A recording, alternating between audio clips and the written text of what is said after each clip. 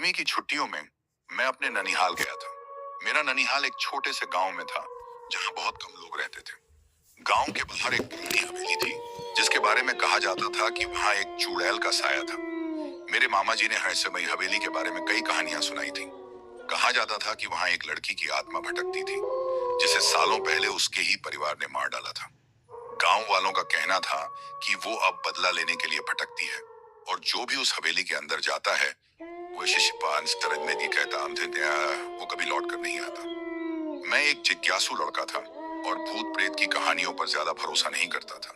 मुझे यकीन नहीं हुआ, इसलिए मैंने तय किया कि मैं खुद उस हवेली में जाकर देखूंगा कि सच्चाई क्या है। भाग 2, हवेली का रहस्य। अगली रात जब पूरा गांव सो रहा था, मैं अपने दोस्त रवि को साथ लेकर उस हवेली की ओर बढ़ा। रास्ते में हम दोनों के दिल की धड़कनें तेज थीं। हवेली पर पहुंचते ही हमें वहां की खामोशी ने घेर लिया। हवेली टूटी फूटी थी, दीवारों पर दरारें थीं और हर जगह जाले लगे हुए थे। अचानक हमें लगा कि किसी ने हमारी ओर देखा। रवि डर गया और बोला, मुझे लग रहा है कोई हमें देख रहा है, हमें यहाँ से चलना चाहिए। लेकिन मैं आगे बढ़ता रहा। जैसे ही हमने दरवाजा खोला, एक ठंडी हवा का झोंका आया और हमारे चारों ओर अंधेरा छा गया। तभी हमें एक फीकी हंसी सुनाई दी। हम दोनों कांपने लगे। भाग 3, चुड़ैल का सामना। हमने अपनी टॉर्च जलाने की कोशिश की, लेकिन वो काम नहीं कर रही थी। अचानक सफेद साड़ी पहने एक छाया हमारी ओर बढ़ने लगी। उसकी आंखें खून जैसी लाल थीं और चेहरा बुरी तरह जला हुआ था। उसकी डरावनी आवाज गूंजी, तुम यहाँ क्यों आए हो? क्या तुम्हें अपनी जान की परवाह नहीं? रवि ने डर के मारे चीखते हुए भागना शुरू कर दिया, लेकिन मेरे पैर जम गए थे। मैं हिल नहीं पा रहा था। चुड़ैल मेरे पास आकर बोली, तुम्हारी तरह ही एक और लड़का यहाँ आया था और वो फिर कभी नहीं लौटा। भाग 4, सच्चाई सामने आई। तभी मुझे कुछ याद आया। गांव में एक बूढ़ी औरत ने बताया था कि अगर चुड़ैल का नाम ले लिया जाए तो वो अपनी शक्ति खो देती है। मैंने हिम्मत जुटाकर कहा, तुम्हारा नाम क्या है? चुड़ैल अचानक चौंक गई। उसकी आंखें बड़ी हो गई। वो चिल्लाने लगी, मेरा नाम मत लो, मैं अभी भी बदला लेना चाहती हूँ। लेकिन मैंने हिम्मत करके दोबारा पूछा, तुम कौन हो?